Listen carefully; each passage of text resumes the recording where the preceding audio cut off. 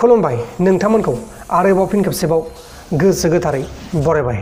दिनै 23 नभेम्बर 2020 समबार फैदो दिननि बेलासिनि बा मोनाबिलिनि माखासे मोजां गाज्रि आरो फिसा गेदेर खौरांफोरखौ फारि फारि मिथिनानै लानि।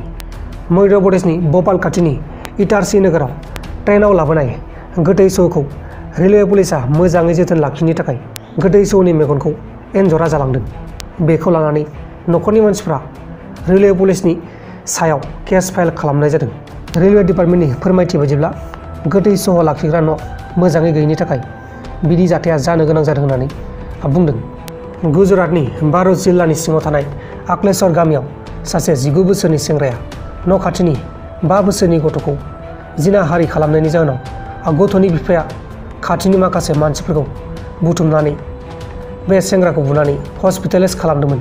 नाथाय सेंग्राखौ शुक्रबारनि हराव गोब्राब जखम जानायनि जाहोनाव बे सेंग्राया हस्पिटालावनो जिउ खोमानांगौ जायो। जनाल डाइरेक्टर सामिर वांखेडेजों दैदेनजानाय सा 5 एनसिबिनि टीमआ मुम्बाइनि गिरेगांव रेलवे स्टेशननि खाथियाव रेड खालामनायाव ड्राग्स फालांगिरि खालामग्रा 3 मानसिखौ एरेस्ट खालामदों।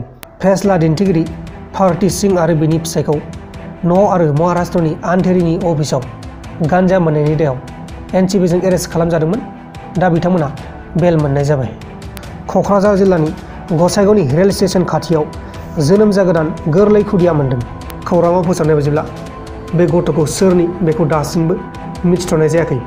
गथ'खौ सिनाय मोनै दुथांफोरा बस्थायाव सोनानै गालांदों। बे समावनो खाथि खालानि मानसिफोरा बस्थाखौ खेवना नायनायाव गथ'खौ नुनो मोननाय जादों।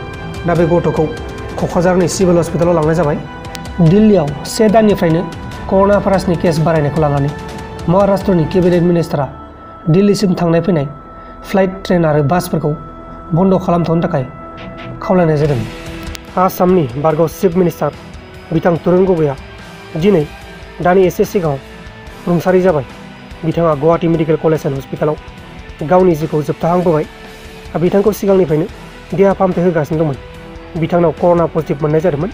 बे समनिफ्रायनो बिथांनाव गुबुन गुबुन रोखोमनि बेमारा बारदेरनानै बिथाङा दिनै दानि बावैसो रुंसारि जाबाय।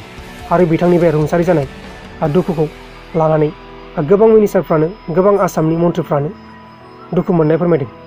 लोगोफोर, दिनैनि बेलासिनि रादाबफोरा बेखिनिल'मोन। जुदि नोंथांमोना आंनि बे भिडिअखौ मोजां मोनदों अब्ला भिडिअखौ शेयार खालाम।